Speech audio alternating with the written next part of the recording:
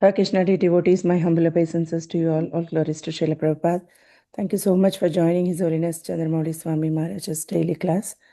Today we are starting a new chapter in Srimad Bhagavatam, second canto, chapter number 9, and the chapter's title is one second. Let's see. Answers by citing the Lord's version, and today's is numbers. First verse, so I'll share my screen again. Hare Krishna Maharaj, my humble obeisances to you, all glories to Srila Prabhupada. Thank you so much, Maharaj, for your time. I'll share my screen. So today we are starting a new chapter. We finished 8th chapter yesterday, Maharaj. I'll need somebody to read the purport. Yes, Maharaj, sure. Ask Rishab if he can do it. Bishop Prabhu, are you there online? Yeah, Bishop Prabhu, can you read the purport? Once Maharaj. Yes, sure. Yeah, nice and slow, though. Don't write read fast. Om Namo Bhagavate Vasudevaya. Om Namo Bhagavate Vasudevaya. Om Namo Bhagavate Vasudevaya. Sri Sukha Uvacha Atmamayam Mitam Rajam Paraya Sanubhavatamaha Nagate Karta Sarabandha Swaprarasa Ivam Jita. Translation. Somebody's okay. Yeah. Shri Shukadeva Goswami said. No. You got too much background noise coming from your place. You have a lot of background noise. Yeah. Is this better? No. Is now better? No, that's all right. I'll read it. Sri Shukadeva Goswami Use said, me like, O king, unless one is influenced by the energy of the Supreme Personality of Godhead, there's no meaning to the relationship of the pure soul and pure consciousness with material body. Sri Sukadeva Goswami said, O king, unless one is influenced by the energy of the Supreme Personality of Godhead, there is no meaning to the relationship of the pure soul in pure consciousness with the material body. That relationship is just like a dreamer's seeing his own body working. Maharaj, can I read the purport if you are okay? No, you read too fast. Okay. I'll read it. Okay. I just have a bad cold, so my voice is all grumpy. Yeah. Maharaj Parikshit's question as how a living entity began his material life, although he is apart from the material body and mind, is perfectly answered. So here's the first part. So Maharaj Parikshit asked the question how the living entity begins his material life. Question people ask all the time. Although he is apart from the material body and mind, so how does he connect with the material body and mind? How is the pure living entity? And then the spirit soul is distinct from the material conception of life. So spirit doesn't touch matter. But he is absorbed in such a material conception because of being influenced by the external energy of the Lord called Atma Maya. So because the living entity wants to be separate from the Lord provides this energy, which is called the material energy, and he becomes influenced by that, and therefore he attains a material body. This has already been explained in the first canto in connection with Vyasadev's realization of the Supreme Lord and his external energy. The external energy is controlled by the Lord, and the living entities are controlled by the external energy by the will of the Lord. Therefore, although the living entity is purely conscious in his pure state, he is subordinate to the will of the Lord and being influenced by the external energy of the Lord. So, as long as we're influenced by the energy of the Lord, which is the will of the Lord, although the external energy is inferior to us, the superior energy, because of the Lord's influence, we are connected. In the Bhagavad Gita 15:15 also the same thing is confirmed. The Lord is present within the heart of every living entity, and all living entities' consciousness and forgetfulness are influenced by the Lord. Now the question automatically made will be why the Lord influences the living entities to such consciousness and forgetfulness. So why does Krishna influence you to forget him? Okay? So he does that. Because the answer is that the Lord clearly wishes that every living entity be in his pure consciousness as part and parcel of the Lord, and thus be engaged in the loving service of the Lord as he is constitutionally made. Now, the Lord doesn't want to do that, but he's doing it. Why? Because the living entity is independent, that means we have our choice. He may not be willing to serve the Lord, but may try to become as independent as the Lord is. So the Lord is fulfilling the desire of the living entity, although it's contrary to the Lord's desire for us.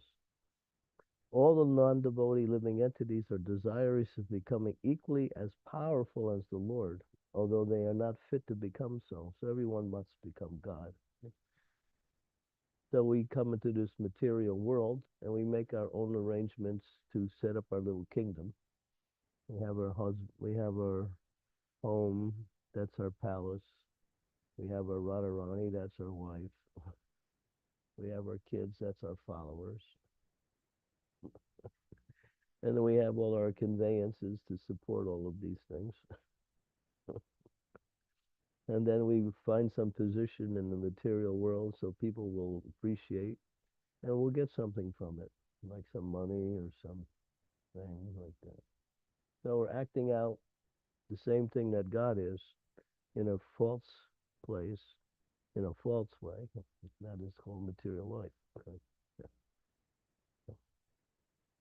Although the non-devotee living entities are desiring to become equally as powerful as the Lord, we want to become as powerful as the Lord, but we're not fit to do that because we're not.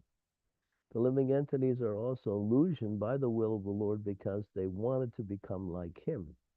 Now, so when you want to enjoy separately from the Lord, that means you want to become like him. Like a person who thinks of becoming a king, but without possessing the necessary qualifications. When the living entity desires to become the Lord himself, he is put into a condition of dreaming that he is a king. Haribo. So in this world, we're dreaming I'm a man, I'm a woman, I'm an Indian, I'm an American, I'm happy, I got money, I have all these relatives and friends who like me. So we set up our little kingdom, and we're the king. Okay. Therefore, the first sinful will of the living entity is to become the Lord. So this is called the initial sin, to become like God. And the consequence is that, and the consequent will of the Lord is that the living entity forgets his factual life and thus creates a dreamlike land of utopia where he becomes one like the Lord. And so we create this dreamlike illusion that we can be like the Lord, and here is the place where you try it, the material world. The child cries to have the moon from his mother, and the mother gives the child a mirror to satisfy the crying and disturbing child with the reflection of the moon. So the child wants the moon. It's kind of king. So the mother wants to say, all right, here's a mirror. And she sees the moon. Oh, I got the moon. He's looking at it. Ooh, wow. Similarly, the crying child of the Lord is given over to the reflection, that is the material world, to lord it over as a karmi, and to give this up in frustration to become one with the Lord. But the stages of dreaming illusions only. It's a dreaming stage of illusion. Therefore, there is no necessary of tracing out the history when the living entity desired this. But the fact is that as soon as he desired it, he was put under the control of the energy called Atmamaya by the direction of the Lord. Therefore, the living entity in his material condition is dreaming falsely that this is mine and this is I. Janasamoham yamamamameti. This is my body, this is my wife, this is my kids, this is my house, this is my car, this is my computer, mine. I am Indian, I am female, I am male, I'm a dog. So I and mine is the two forms of illusion that the living entity takes on. And this is called janasa moha. Moha means illusion. We don't own anything, nor are these identities we adopt are actually real. Hare Krishna. Okay. So therefore, the living entity in his material condition is dreaming falsely that this is mine and this is I. The dream is that the conditioned soul thinks of his material body as I, and falsely thinks that he is the Lord and that everything in connection with the material body is mine. Of course, devotees don't think like this. Not 100%, but maybe 50, 75 sometimes. Thus, only in dream does the conception of I and mine persist life after life. This continues life after life as long as the living entity is not purely conscious of identity as a subordinate part of this and parcel of the Lord. In pure consciousness, however, there is no such conceived dream. In that pure conscious state, the living entity does not forget that he is never the Lord, but he is the eternal servitor of the Lord in transcendental love.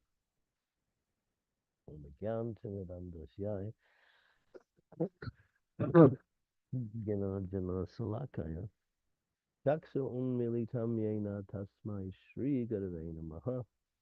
Sri Chaitanya Manobhistam Staptitam Yena Bhutale Swayam Rupa Kadamayam Dadati Swapadantikam Ma Om Vishnu Padaya Krishna Prasnaya Bhutale Srimakti Bhakti Vedanta Swaminiti Namini Namaste Saraswati Deve Gaudamani Pracharine Nirvisesa Sunyavari Bhaskapya De Satarine.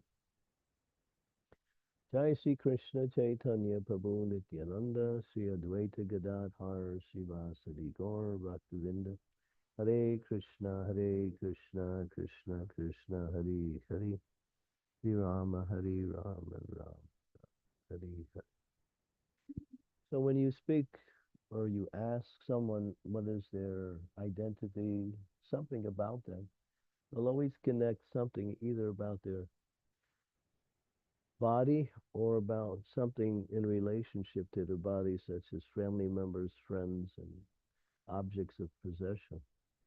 Nobody really understands their actual reality because their reality means we are Jiva Sarupai Krishna and Nityadas.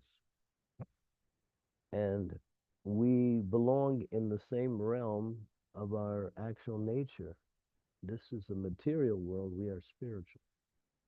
That's why there is a contrary, or there's a hard struggle to achieve things because we're in a world that is opposite of our nature. Nature means, you might use the word nature is natural. What is natural is also intrinsic to nature. So to be in the material world is an anomaly. We don't belong here.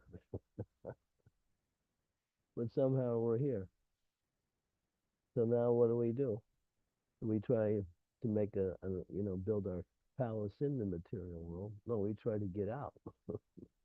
Because if we don't belong here, how can we be happy in a place that is opposite of our nature. So therefore, we find ways to go back to our original constitutional position in relationship to the source of our existence or the Supreme Personality of Godhead. So here it says that Krishna says, Yeyatam mam prapandyante tam stataiva bhajami aham. Mama vartmanu vartante manusha partha sarvasyaha. Krishna says, I fulfill your desires. I give you whatever you want. Of course, at the same time, he's also showing us what we really need, but at the same time, he still will fulfill our desires if we become persistent in trying to fulfill those desires. Therefore, he supplies the energy and the facility for us to try to fulfill our desires in this material world. Because we are of the same quality of Krishna. Krishna is Swarat. Swarat means he's fully independent. And we are also Swarat because we are part and parcel of him. So we have that same quality, but we have it in limited quantity. So we can also use the element of independence to a certain degree. And what is that degree? We can decide what we want based on our own conceptions of what we think we need. And that is this independent nature causes us to fall into this realm of temporality because we adopt a particular situation which is contrary to our existence. That means we get a material body. And the material body is limited, and the material world is also in the mood of limited. So we're trying to find happiness, satisfaction, and permanency. This is another thing in this material world. But it is contrary to our nature and it's contrary to the place also simultaneously. Even if we realize our position as pure spirit soul, we have to move out of this world because it's temporary. And the body we have will eventually leave us in due course of time.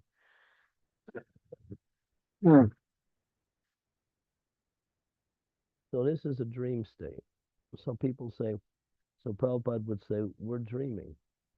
But then he says, but the dream seems so real.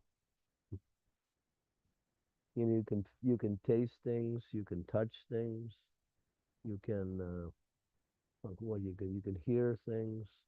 So these objects of senses are picked up by our body, and we actually experience the quality of that hearing, experiencing, feeling, tasting, like that.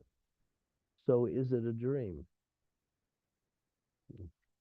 Because we define a dream as something is not real. Right? But you also see that in the dream, sometimes you experience physical experience in a subtle dream.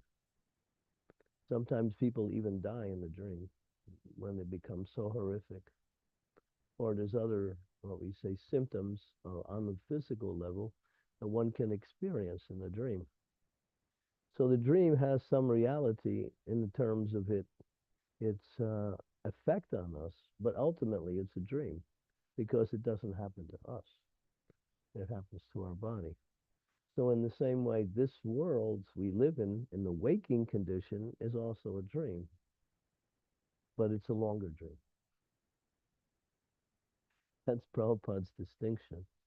He says the night dream is a short dream and a daydream is a long dream. So therefore, the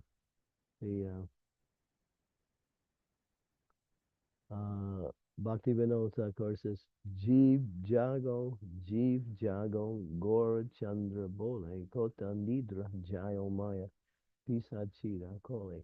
Jeev Jago means wake up from this dreamlike state because you're being destroyed by the external energy in the form of Maya. And come to, worship the Supreme Lord. He's talking about Lord Chaitanya in this particular case. And then that is the waking process. And so the alarm clock is Hare Krishna, Krishna Krishna, Hare Hare, Hare Rama, Rama Rama, Hare Hare. Enechi Asari Maya, Nasi Badalagi, Harinama Mahamantra Lao to me Magi. But this particular alarm clock doesn't have a snooze button on it. But we have devised a snooze button and added it to the Maha Mantra. Because in the material world, you like to be creative. So, so we add the snooze button, and therefore the Maha Mantra stays in the back. So this, so coming out of this dream state means to come back to your identity as this pure spiritual being. And the whole process is to extricate you gradually in the form of developing a type of consciousness which is indigenous, or you might say intrinsic to your natural consciousness. So there's different levels that one experiences as they perform bhakti. Adao Strata, Sadhu Sangha, Bhajana Kriya, Anartha Nivritti, Nishta Ruchi, Ashakti, Bhava, and Prema. So as we perform devotional service, we get more and more realization of Krishna, along with more and more realization in the form of detachment from the material energy. And we move through different consciousness, and we experience different levels of spiritual qualities or spiritual happiness. When we get the stage of ruchi, we become happy all the time. And then from there, we move to higher stages such as affection for the Lord and deep attraction to the Lord. And then, of course, ultimately, prema. So this is the process of moving one stage to another until we reach the stage of prema pumarta mahan, or pure love for Krishna, which is something we don't have to bring in from the outside to create. It is there within our own consciousness. So the material world, people are all dreaming. If you were to tell them that, they won't believe you. Because they say, well, I can pinch you and you'll feel it. Yes, but you're pinching not me, the body. The body has sensation. Why? Because it has nerves. The nerves give certain sensation as a way to prevent the body from being destroyed. The nerve system is there to, when you get pain, and you move away from that. Because too much pain will cause destruction of the body. And also the body is energized by the presence of the soul. And therefore, the existence of the soul within the body gives an experience on the physical level. But that that experience on the physical level is limited to the body, unless the soul in the form of the mind identifies with these things, and then we think, well, I'm suffering or I'm enjoying. But neither one of these are happening. It's just the identity with that. And you see people experience happiness, distress in different ways because of the level of consciousness that a person may have. So for a certain person who has certain likes and dislikes will experience happiness and distress different from a person who has others likes and dislikes. But it's all connected with the mind, which dictates to the soul that through the false ego that this is actually you. Because when we say, well, yeah, I can get out of my identification with the body, but can you get out of the identification with the mind? That's even harder because it's more subtle. But that identification with the mind directs all of the activities we perform. So by directing the mind away from everything material towards Krishna in devotional service, we create a spiritual consciousness. And when the spirit, what we're doing is not creating a spiritual consciousness, we're allowing the soul to move through the mind and reflect its natural position through the mind. The mind will reflect the actual position of the soul, and that then the soul will actually experience its own true nature. And then the qualities of the soul become manifested externally, even within the body, because the body also will get the benefit of the soul's illumination when the mind is what we call it um, clear consciousness. Or just like, have you ever been to Lakshman Jula up in the Himalayas?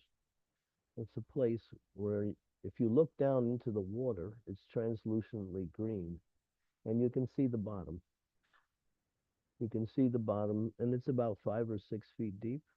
You can see the rocks and whatever else is in the bottom. It's clear.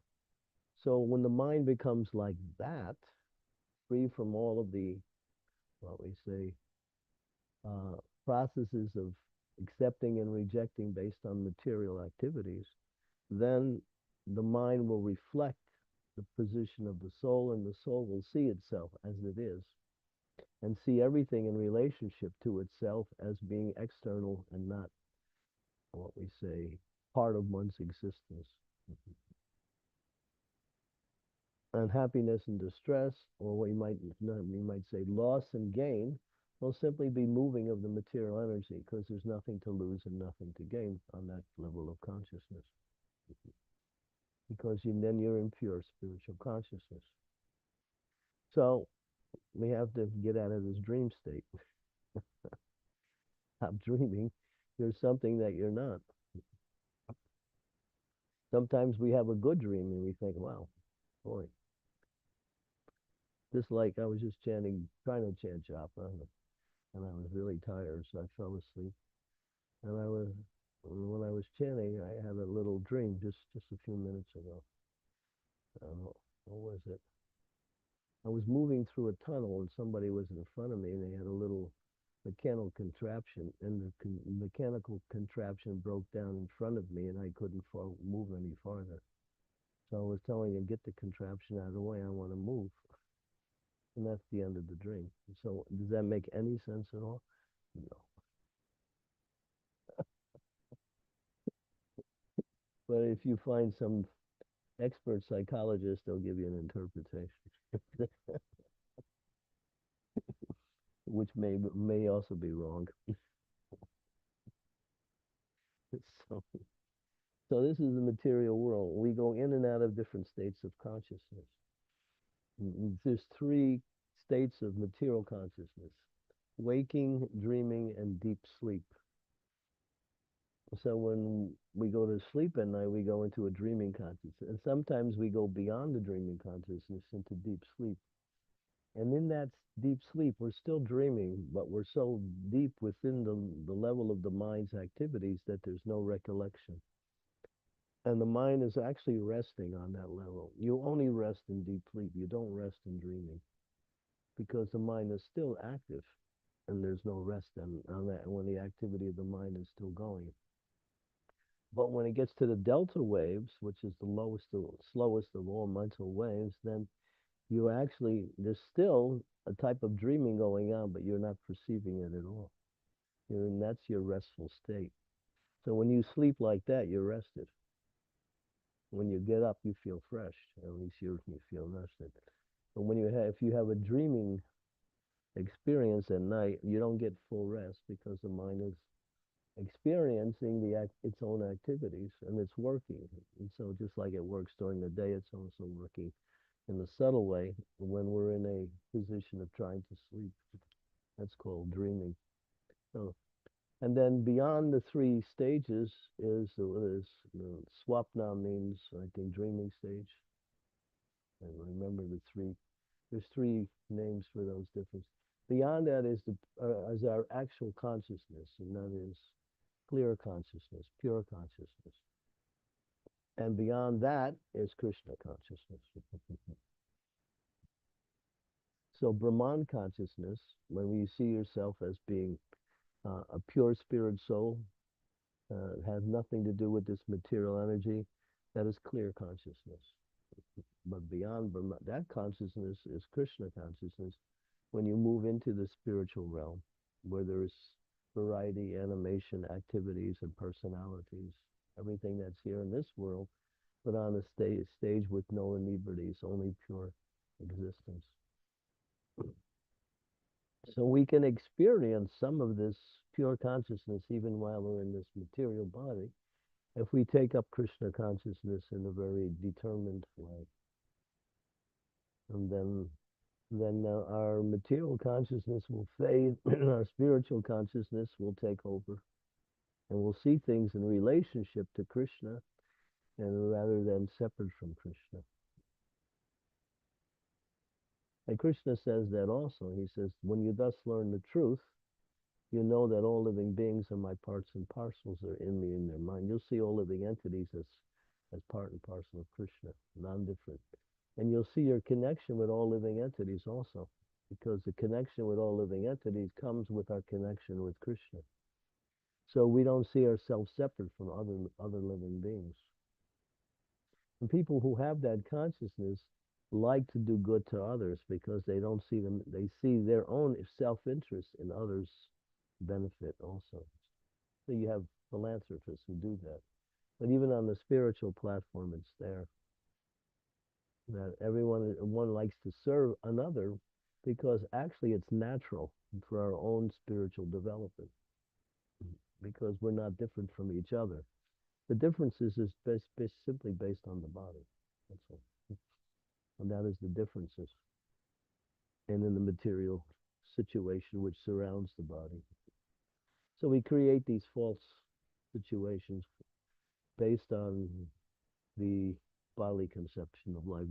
Lord Brahma talks about that. He says there's no such thing as relatives, friends, and all of these other things that come in this material world, because it only becomes a reality when we have a body. When we don't have a body, none of this exists. So having a body is the foundation where we expand everything outward in the material sense. You have your body, I have my body, and we make divisions. And people even fight. My body is better than your body. Your body is coming from a low country. My body is coming from a superior country. Your body has more oil in your country, and I have less, so I'm going to destroy your body so I can get your oil. So we fight, and then we die. And then when you see the enemy at the time of death, you take birth accordingly. So you become the enemy. You become your enemy in your next life when you're starting fighting against your enemy. That, yeah. So the Arabs and the Israelis are fighting. So when one of them dies on one side, they become the opposites in their next life. So this is material life. It is simply a way to destroy this misconception that I can be separate from Krishna. Yeah. Actually, we're never separate from Krishna. It's just the consciousness creates the separateness. But we are always connected to Krishna. We can't leave Krishna. Krishna is always with us. We are always with Krishna. But it's the consciousness that creates the separateness. And therefore we think we're separate. Or we think we're not with Krishna. But we're always with Krishna. Okay, so we can open it up for questions. Hare Krishna. Thank you so much, Maharaj, explaining this verse so nicely. Thank you so much. Dear devotees, any questions or comments or realizations, you can please go ahead. Please turn on your cameras if possible. Thank you. Silpesh Prabhu, please go ahead. Very powerful verse. Yeah. Yes, Maharaj. Hare Krishna Guru Maharaj, please accept my humble obeisances. All glories to Srila Prabhupada. Guru Maharaj, this clear consciousness of a mind that we need to develop, what is the process to do that so that our soul can illuminate us? What is the process that we develop this illusion? No, to develop the clear consciousness of a mind. How do we get back to clear consciousness? Yes. Well, it's different stages. but it happens through the purification of the consciousness. Cheto Darpana Marjanam. Lord Chaitanya says, when you chant the holy name of the Lord, you clear away the dust along the mirror. The mind is like a mirror. It reflects what's inside, outside. We see the external energy according to the state of mind we have. No two people see the same thing in the exact same way. Maybe people see similarly, but no two people see exactly the same way. So that is our consciousness. That's our material consciousness. So as we chant the holy names and engage in devotional service, we're clearing away the dust on the mirror of the mind. And then the mind will reflect the nature of the soul, which is the clear consciousness. And then, as I mentioned that one verse, as Krishna says, when you thus learn the truth, you know that all living beings are my parts and parcels, are in me and their mind. You'll see everyone in relationship to Krishna and everything in relationship to um, everything in relationship to Krishna, yeah. And you'll see everyone as part of Krishna also. So it comes by chanting. But you have to chant all the day. If you want to get that consciousness, you have to chant, chant, chant, chant, chant, chant, chant. But we won't chant because we think it's a waste of time. We would rather sit and watch television or sleep or do something else. The formula is given to us. The doctor says, Enechya Sarimaya, Nasi Badalanki. Harinam Mahamantra, Lao Tugim. I mean, Krishna says, the Acharya says, others who are practicing, they're all saying, chant, but we won't chant. Can't. All right, stay in illusion. What can you do? We give you the formula, chant. Prabhupada said you have to do something with your mind. Why not put Krishna in your mind? But the mind will trick us and say, well, don't become too Krishna conscious because you won't be able to be happy in this material world. Right? Become too Krishna conscious, that's dangerous.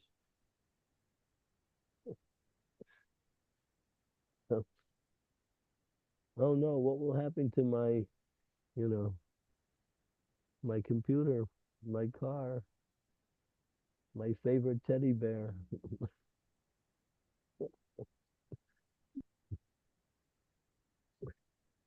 So yeah, Prabhupada talks about old lady and an old man sitting together.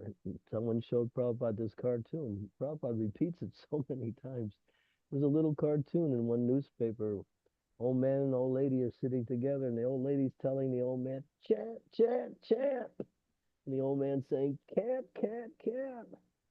And the Prabhupada says, he's saying can't, but he won't say Krishna.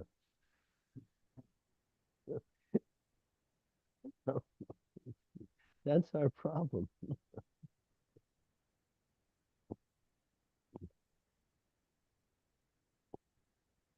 Even if you're chanting with offense, chant anyway, because if you keep chanting even though you're chanting with offense, gradually you'll overcome those offenses and start chanting with a taste. It'll come. The method is to just keep chanting.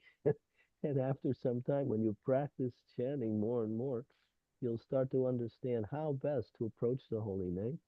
And then you'll start tasting the holy name. When you taste the holy name, then you'll understand why the holy name is the supreme principle of spiritual happiness. There's no greater happiness than chanting Hare Krishna. But we have to get there. Okay. So start chanting 16 rounds starting today. Okay, Sopesh? Yes, Guru Maharaj, thank you. You said yes, you have witnesses now. We'll take you to court and bring all the witnesses. But don't go to court because the court is Yamaraj's court. You chant. I'm sick. I was really sick, but I haven't stopped chanting yet, even though I can't chant because I'm so sick. But I know there's nothing else that I want to do, even though I'm sick. It doesn't matter. Just keep chanting. Even if you can't chant, chant in your mind, chant silently. The holy name is everything. It's everything. Lord Chaitanya has put everything in the holy name. The mercy of Krishna is fully present in Krishna's holy name. And the holy name, the benefit of chanting the holy name is not limited to purified consciousness. It covers all aspects of our existence. It even makes our material life good. Right, Revati? He knows. So yeah, chant. But we won't do it. That's the problem. Prabhupada said, we're telling everyone, chant, chant, chant. And they say, my ears are plugged. I can't hear you.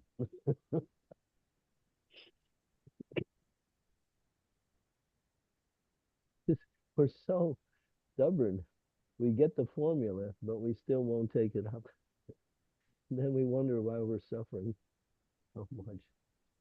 Even if you're suffering on the physical level, if you're chanting, you're not suffering. Although your body may be suffering.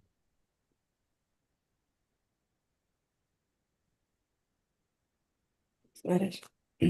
Thank you so much. We Thank have you a for that follow-up. question, so much. Sorry, Guru Maharaj, I missed that. Thank you for that question. Yeah. Tomorrow I'm going to ask you now, chant 16. I did 16 rounds yesterday, my Guru Maharaj. Today's another day. Yeah. Jai. I Yeah, don't want to instruct the people to do all these things, but I have to. My service. If I don't do it, then I'm not doing my service. Maharaj, we have a question on chat by Rishabh Prabhu. He's asking, like, follow up on this question. When we are chanting, our heart becomes purified. Is this happening when we are chanting on Nama Prada, Nama Bhasa, or only in Shuddha Nama? Well, if you tell me Nama Parad, you're getting very little benefit. That's why do we adopt this program of chanting the 10 offenses to the holy name in all of our temples around the world every day? We always recite the 10 offenses. Every temple in ISKCON does that. Just to let us know this is what you have to avoid if you want to get the benefit. It's a constant reminder. So yesterday we were reciting the 10 offenses. We had initiation, and we went through each of the 10 offenses, including the 11th offense, which is inattentive chanting. So we have to be reminded over and over again what we need to avoid and what consciousness we should adopt when we're chanting.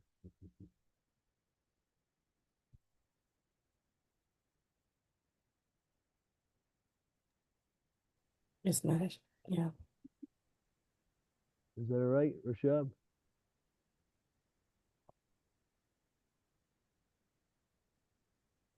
Yeah, he got a realization what he has to avoid. That's what he's saying. He's driving, so he can't really do much. Yeah, that's Maharaj. Dear devotees, any questions or comments? We got a question. We got a few great souls here on site, and Revati had a question. So, Yes, ma'am. yeah, well, nice and loud, Revati.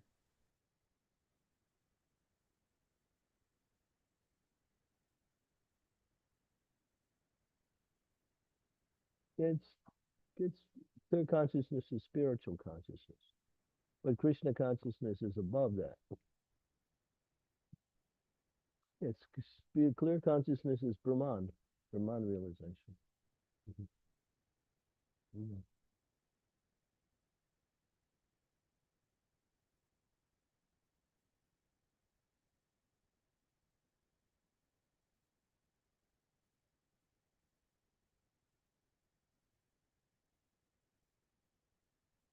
Yeah, that means you're still, going through the process of purification. The question is, she's asking, what is this clear consciousness? And I explained it's Brahman. When you realize Brahman, this is Brahman consciousness. Now she's asking, sometimes we go back and forth in and out of this consciousness.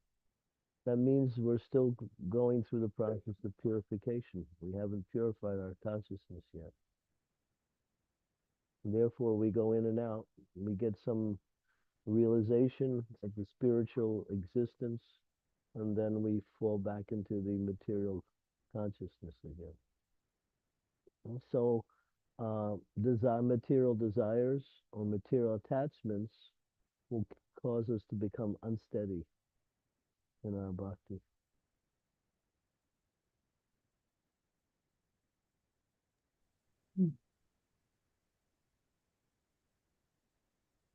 Yeah, the mind is, we have to control the mind.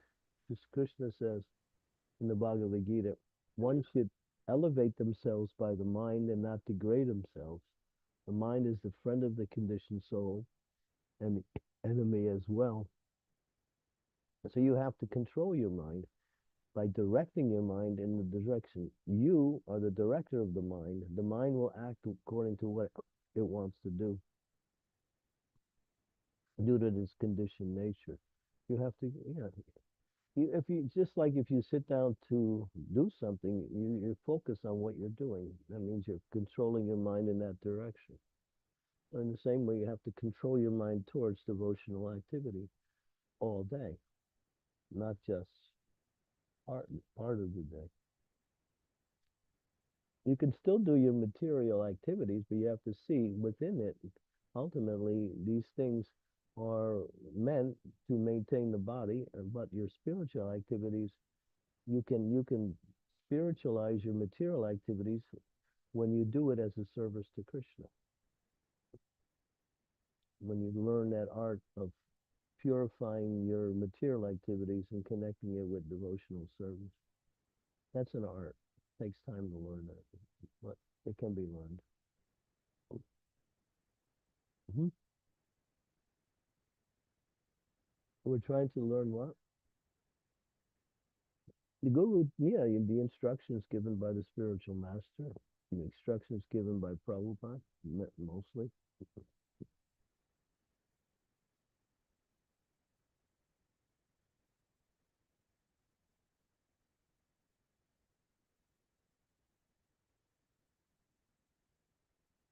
Yeah. You can control the external energy. She's asking, by the will of the Lord, the external energy is controlled to trap the living entity in the external energy. So the will of the Lord makes it happen because why? Because that's what you want. He's fulfilling your desire, that's all. When you change your desire, you change your direction in life.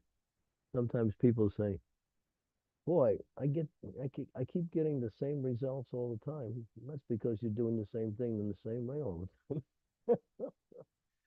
Change your desire and then you'll change your activity and then you'll get a different result accordingly. Is that okay? Thank you. Okay, we got at least 4 or 5 questions here. What do you think, Srimati? Should I keep Yeah. going? Yes, Maharaj. If you're okay, I'm okay. Okay, you're okay, I'm okay. Yatamat tatapat. Okay. Okay, we got he was he was once Karan, now he is Balaram Das. So that is Revati's husband. Yes, Maharaj. So he has a question.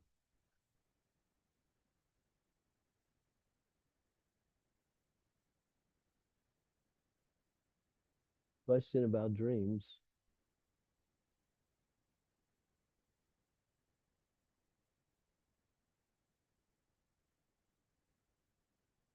Yeah.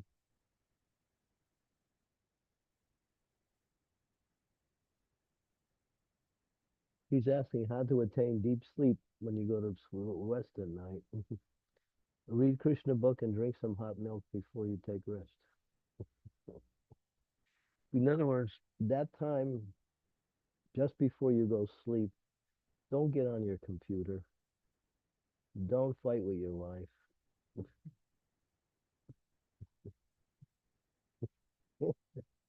In other words, do those things that start to settle your mind down. You should always end the day. Lord Chaitanya,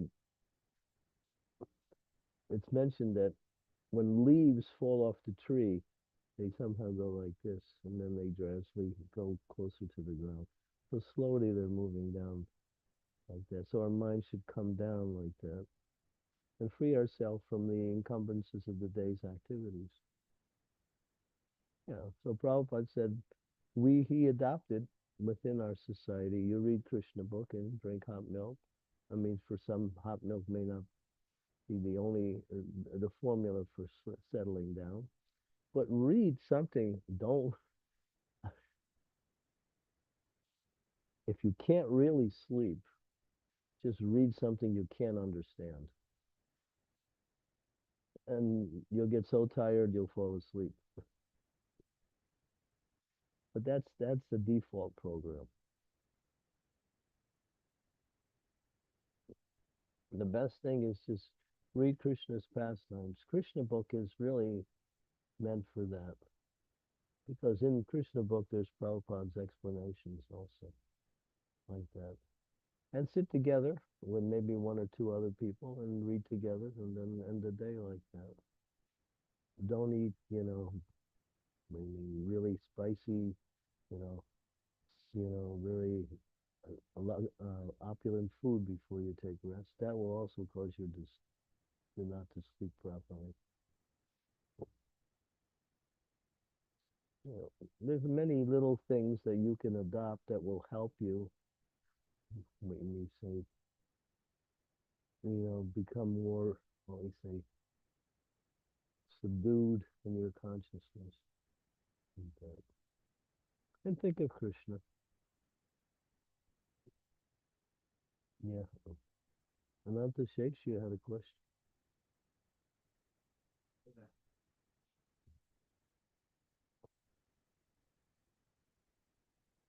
Or you can have somebody massage your feet. That helps you to go to sleep.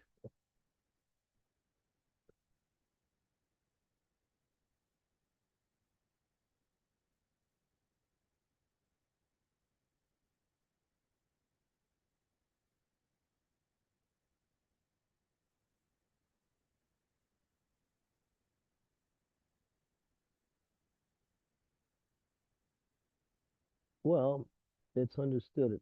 As you make advancement, you naturally reduce your eating and sleeping. It comes natural, not forced. It becomes natural. It can, but you're not the body anyway. It says the Goswamis, I mean, Raghunath Das Goswami was eating one pat of butter every 2 days. And sometimes Goswami's eating a little chickpea and some atar, take some otter flour, put some water, and make some dough and eat it. That's all. They weren't even cooking it. So, and then it says they were so busy in devotional service, they forgot to sleep. It's not that they didn't want to sleep or understood the need for sleep. They just were so full in devotional service that it never occurred to them that they should be sleeping. Look at Srila Prabhupada. He was like that. He slept. He would take rest sometime between 10:30 and 11, wake up 12 o'clock, 12:30, and then he would translate all day, all morning. And then after that, he would chant his rounds, and then he would go take his morning walk and wind up at the temple, give class, and then come back, take breakfast. After breakfast, he would take a little rest, and then he would go on, get his massage, answer letters, take him all the way up to lunch, and then he would take, after lunch, he would take another little rest, and then the rest of the day he would perform other activities of preaching and meeting devotees and traveling and whatever else he did. Yeah, it doesn't, if you try to do it artificially, you won't be able to maintain it. This devotee, no, it's just the spiritual consciousness helps us to transcend the bodily needs. When you're in spiritual consciousness, and you don't really want to eat or sleep, it's just because you're tasting the higher. You don't need it. It's just a botheration. It interferes with your devotional service. Yeah. We got a lot of questions here. That was a Six Goswami question. Maharaj, can you repeat the question if possible? He's asking about, reducing sleep. That's all. Okay. How does that come? It comes naturally as one makes advancement.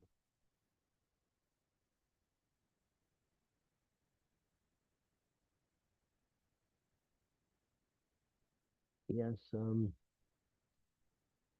Okay. We have Pavni. She's our leader on the youth team here. Pavni. Okay. What is the question?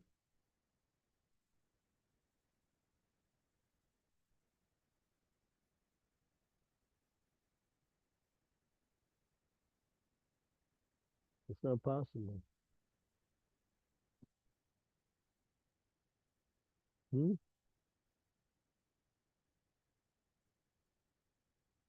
The mind. The mind takes you away from Krishna. And we identify with the mind, therefore we identify that what's happening in the mind is what's happening. But Krishna is in your heart.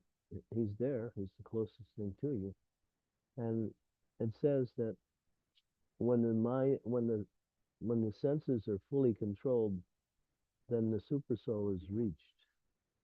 Then you can hear Krishna speaking to you within the heart. He's telling you every minute, don't watch karmi movies.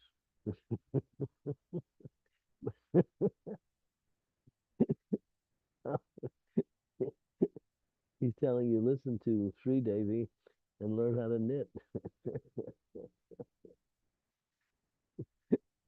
So that's, I saw that, and it was pretty far out. So Krishna is he's always guiding us towards him through the heart. But can you hear that voice? There are many voices within inside, but the sweet, soft voice is Krishna. The loud voice is the false ego. But when the mind is controlled and it's peaceful, then you can connect with that voice inside. Sometimes we say that's our intuition, but actually it's more than intuition. It's actually Krishna in the form of giving us direction.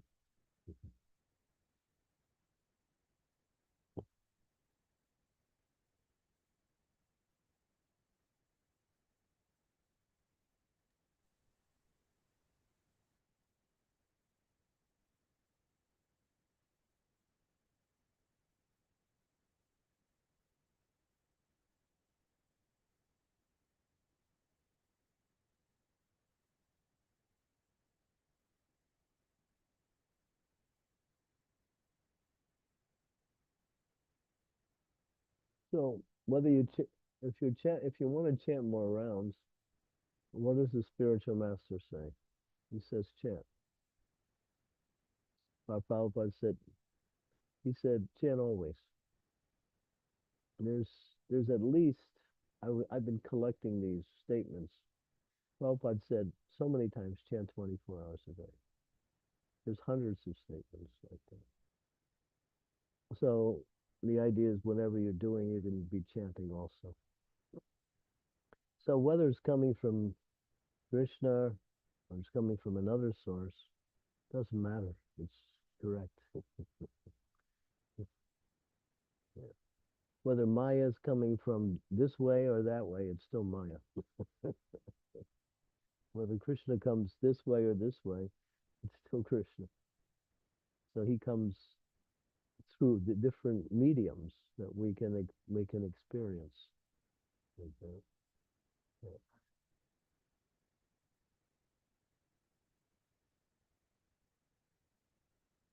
What name and fame are you trying to get? Well, you might say you're dancing so you can be known as a good dancer, right? But you should think I'm dancing just to give pleasure to Krishna. I'm dancing to give pleasure to the devotees instead of thinking I'll get some trophy, I'll get some, some gift or something, or somebody will say, "Oh, Pavli, you're such a nice dancer." If that happens, that's fine. There's nothing wrong with that. But the motivation is service. We do it for Krishna, we do it for the devotees. And because these different qualities are all part of art and are characteristics of the living being's creative nature. So, and because it comes from the spiritual world, it's manifested in us. We have certain abilities, talents. That's coming from Krishna. So whatever ability you have, ultimately Krishna's giving to you that ability. Or he's giving you the intelligence how to develop that ability, which is the same thing. Everything's coming from Krishna. He's everything, either directly, indirectly, everything's coming from Krishna. Because he's the source of all existence. And he uses his energies to carry out his desires. Yes. Okay. So we have a question from Sri Devi. Are we okay, Srimati? Yes, Maharaj. Yeah. Let me know if you have another question. Yeah, we have a question on chat by Kiran Mataji. But after Sridevi Mataji, we can go with it. Okay, Sri Devi.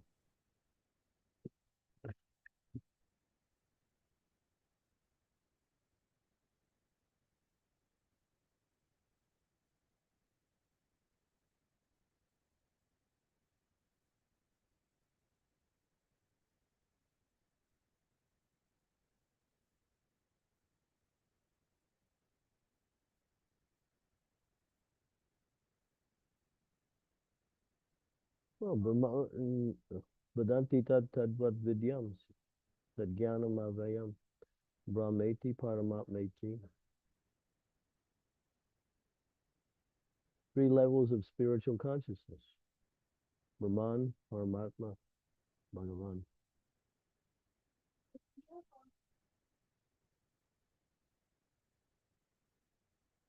Yeah.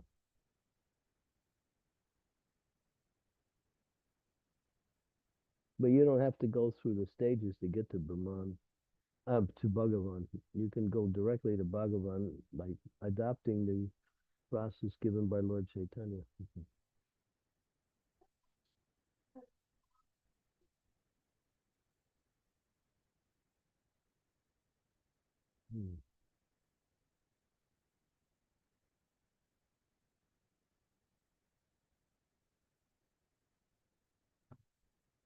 I'd say Brahmabhuta Prasanatma Nasoshati Nakangshati Sama Sarveshu Bhuteshu Madbhakti Labhate Pranam.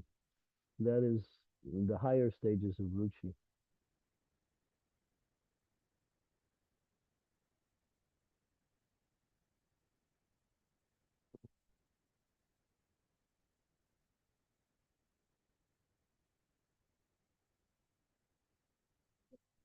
You know, but if you practice the process, the progression is automatic.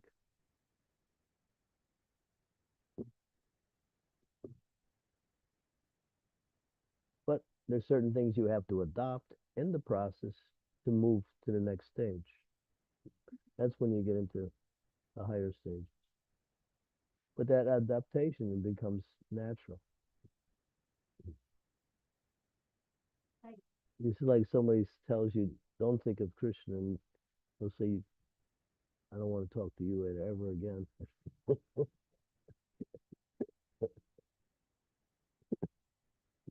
Something. That'd be just an example.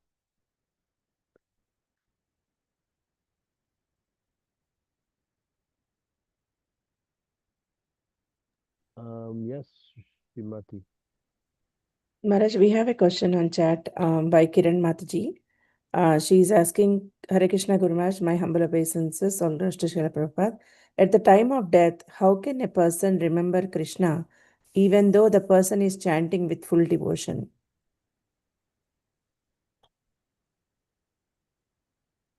What do you mean, how can you remember? If you're chanting and you're thinking of Krishna while you're chanting, you're remembering, isn't it?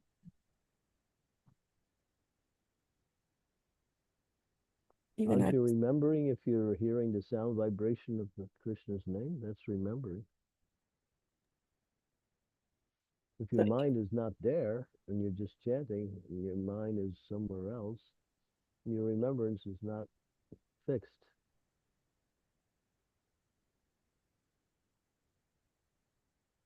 So even though we may not able to remember if somebody is chanting beside us, then we can remember, right, Maharaj?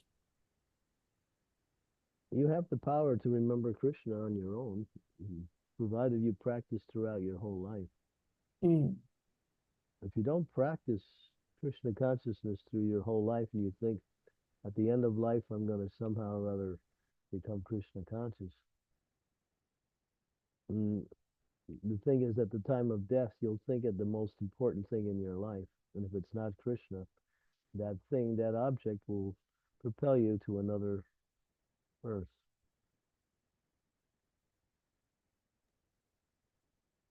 Okay. As Krishna says, yam yam vapi smaram bhavam, taktva ante kalevaram, tam tam evaiti konteya sadata bhava bhavitaha. Whatever you remember at the time of death, there's where you'll go. And so he says, remember me. But remembering me means to practice remembering Krishna throughout your whole life. Prabhupada used the example. If you're going to the school and you don't go to the classes, you don't take the tests, you don't hear the lectures, you can just show up for the final exam. You may not be in a good position to pass. unless you have AI.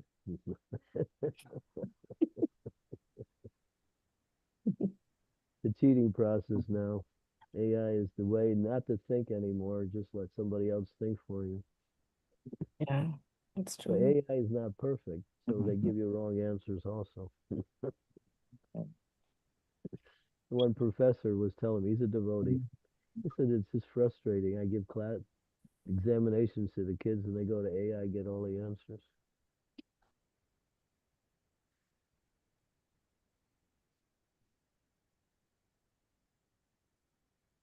This AI is just gonna destroy the whole world.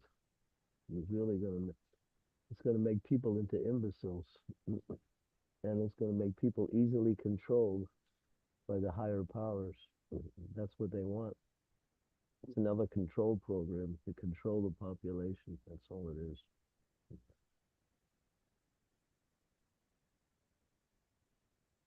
Anyway, Thank you, Maharaj. Thank you. we have the perfect AI. The perfect AI is Jai Nimai Jai Nitai. AI, AI, AI, AI. Jai Nitai Nimai Jai Nitai. Yeah. That's the perfect AI. Yeah. Thank you, Guru Maharaj. Okay. Yeah, practice. I mean, perform devotional service now. Don't put it on hold. And then you'll be ready at the time of death to think of Krishna easy. It'll become natural. Thank you, Guru Maharaj. Okay, Kiran. Rasavilasni Mataji has raised her hand. Mataji, please go ahead. Hare Krishna, Guru Maharaj, please accept my humble obeisances. All glories to Srila Prabhupada and Gurudev, assembled devotees. So, Maharaj, when we talk about the Krishna's energy or Krishna's manifestation, and we talk about, like, I was reading few days back about Ekpad Vibhuti and Tripad Vibhuti. So, Maharaj, do other universes come under Ekpad Vibhuti? Can you please explain more about these two things? Yeah. All the universes come in Ekpad Vibhuti. Tripad Vibhuti is the spiritual world.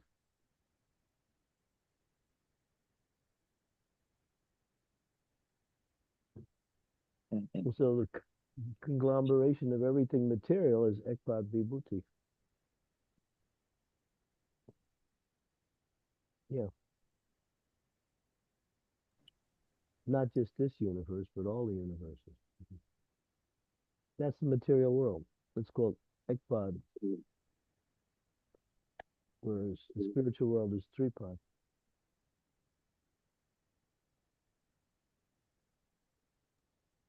Okay, Guru Maharaj, thank you so much.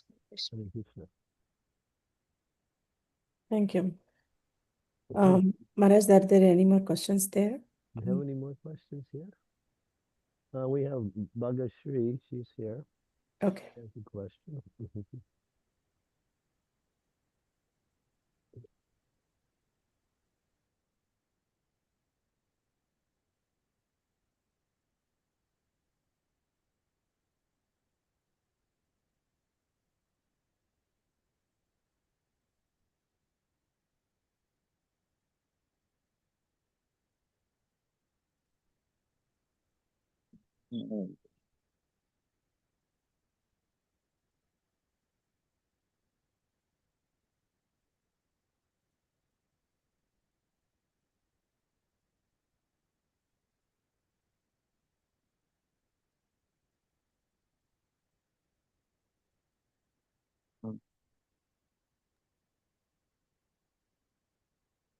Super consciousness is Krishna consciousness.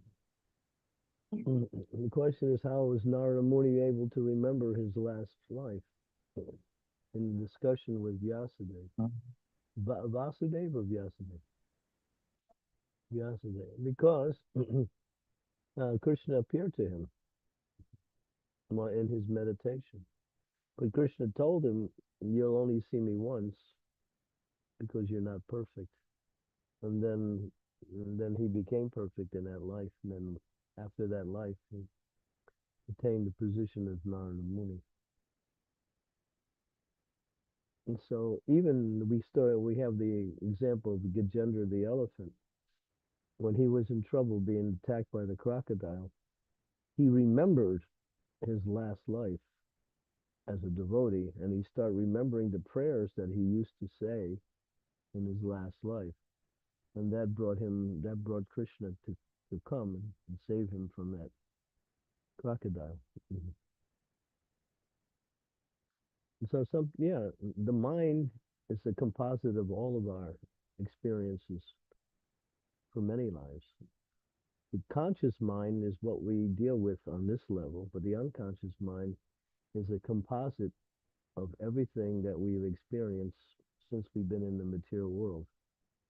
So the unconscious mind contains a larger amount of knowledge and information than the conscious mind. So in other words, we only use about 10% of our mind on the conscious level. The other 90% is unconscious. And that comes out in dreams sometimes. Prabhupada liked one philosopher, his name was Carl Jung, because he talked about, what does he call it? Conscious and unconscious mind. Prabhupada liked that. He said he's correct. Yeah. So the mind is, you carry the same mind with you, life after life. So Narada Muni, he was able, because of his pure consciousness in this life, to remember his previous life.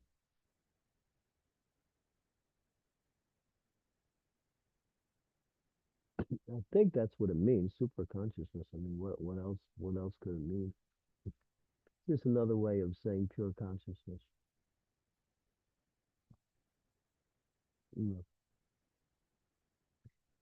Just like water in its natural state is pure, but it gets contaminated when it comes in contact with other substances.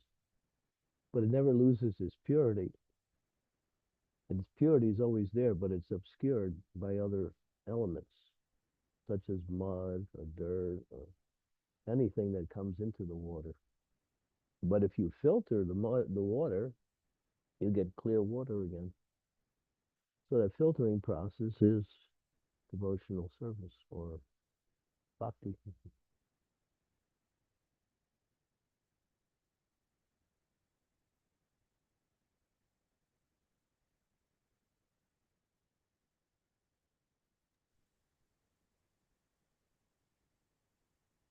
Hmm.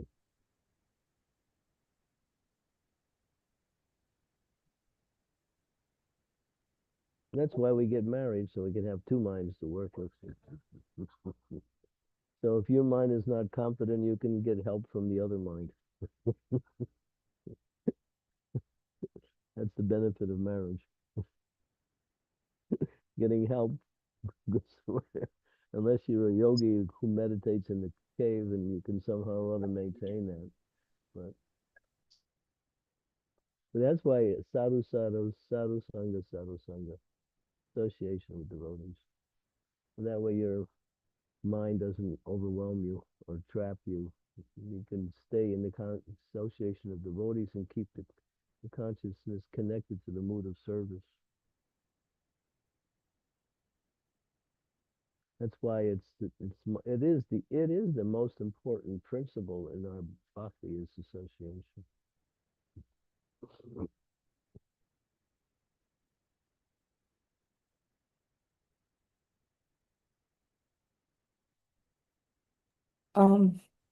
Maharaj, When we're alone, the mind just beats us up, right?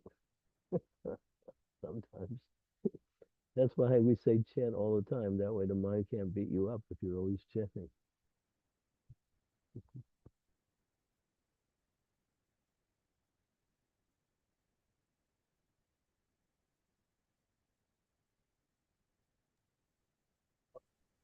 Anything else from your side, Srimati? yes, Maharaj. We have a question on chat by Shrankala Varshni Mataji.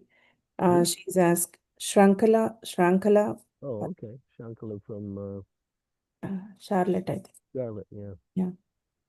Hare Krishna, dear Maharaj and devotees, please accept my humble obeisances on Krishna Shri Prabhupada.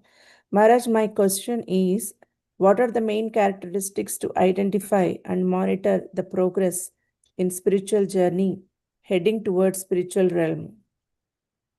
There's two categories that you can use for monitoring your progress.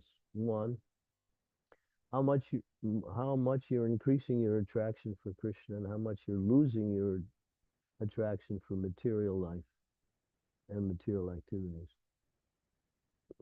That's one. And the other one is how much you're developing the qualities of a Vaishnava, those Brahminical qualities, the qualities of the mode of goodness. So these are the two barometers that you can rely on. And you'll see, if you're not losing your attraction to the material world, that means you're not making progress.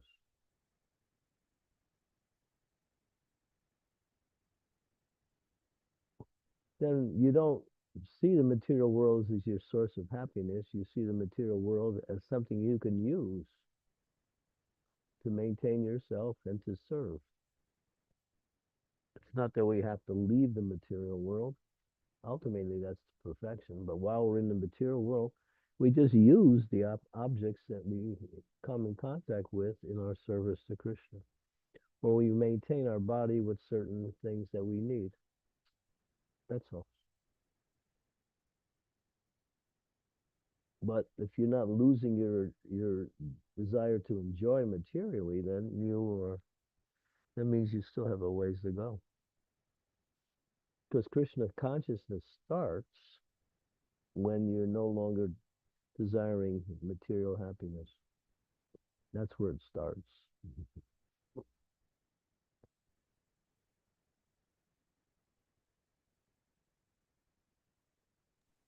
Thank Yes. you. What is your name again?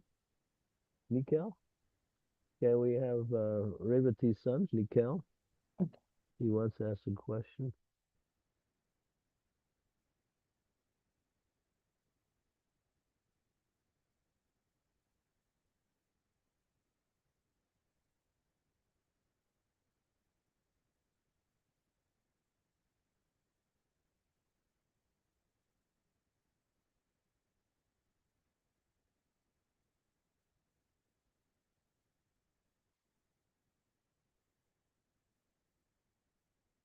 That's a good question.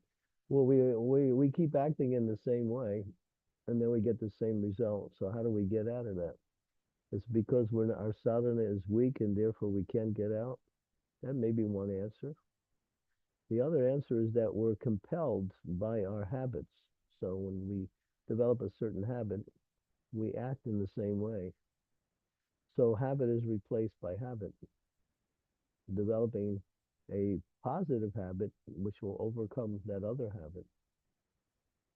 But in order to do that, you have to slow down on the way you're going. Because to adopt a new habit means you have to gradually bring it in. Because when you try to do something really quick, just like if you're driving a car fast, you come to a turn, you're not going to make the turn because you're going too fast. You have to slow down in the way you're going and then very carefully change directions. So in the same way, we also have to move away from the way we're going and gradually adopt the way we want to go or should go. It takes a little time because habit forces us to act in the same way.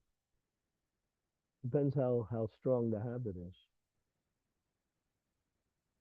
If it's not so strong, then it's easily overcome. But if it's strong, then it takes time, practice the something that will overcome or replace that habit.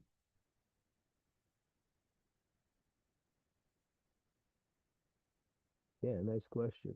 Really important question. People sometimes want to change automatically. I'm going to become Krishna conscious overnight. It's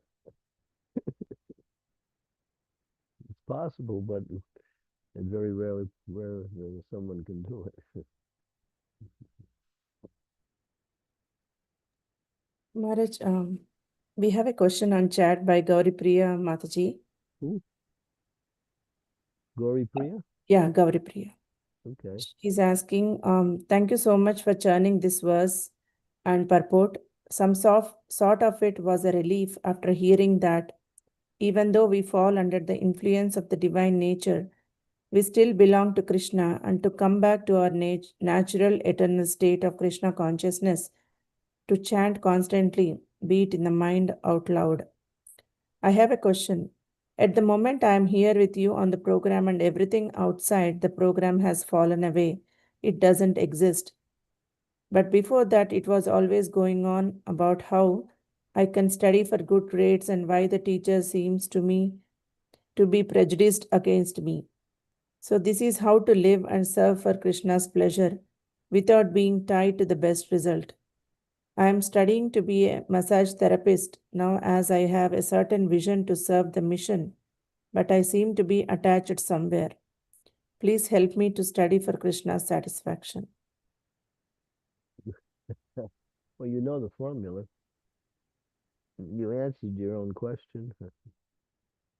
And so you can pray. You pray to Srila Prabhupada, pray to Lord Chaitanya, pray to the devotees to give you the intelligence, the enthusiasm to move in the right direction. If you pray to Krishna seriously, you'll see things will change and things will become more natural. It's all a matter of seriousness, not just making a prayer. Anybody can make a prayer, but you have to really be serious about when you pray. I really want to change.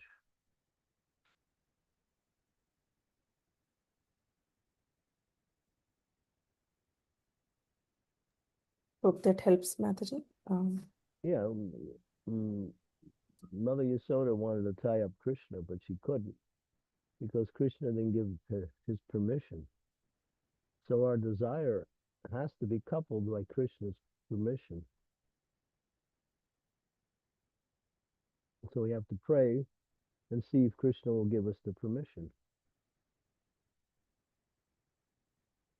or grant us our desire like that. What you want to do may be what you want to do, but maybe what you want to do is not the best thing you should do. So if you pray, then you'll learn what you should do, because Krishna will show you through your prayers also. But he may also let you do what you want to do.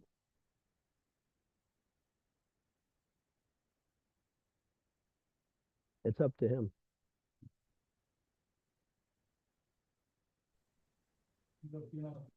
The best prayer, as Prabhupada used to say, I never asked so many questions to my spiritual master, but I asked one, how can I serve you? That's the best question. And if the spiritual master says you can serve by becoming a massage therapist, then you got it. If he says you can serve by becoming a teacher of young children, then that's the way you should serve. So prayer will open up the door to understanding. Serious prayer. Along with, sometimes we also get advice from people who can give us advice. Some people who have knowledge, who have experience, who are advanced in devotional life. Always get blessings from devotees also.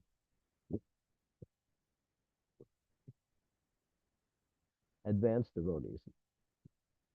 Not just anyone, because anyone will say, yeah, it's nice you're doing that. But advanced devotee will say, it may be good, it may not be good. Let's see.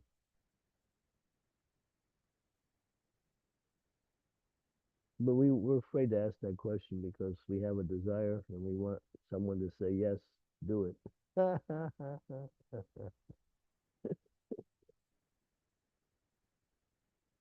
But don't be afraid to ask.